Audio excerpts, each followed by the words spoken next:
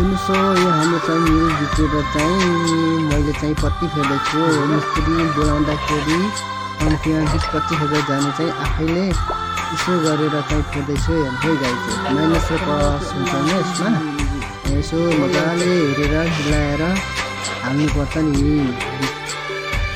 यो मिलाउनु पर्छ मजाले नत्र त्यसले काट्दैन किना पनि काट्दैन तोरी जस्तो छ त्यस्तै झर्छ यसमा चाहिँ यो चाहिँ हल्का दिमागले काम गर्नुपर्छ नत्र त मेसिन चाहिँ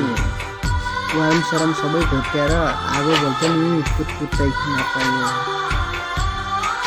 यो चाहिँ यसो मिलाएर हाल्नुपर्छ नि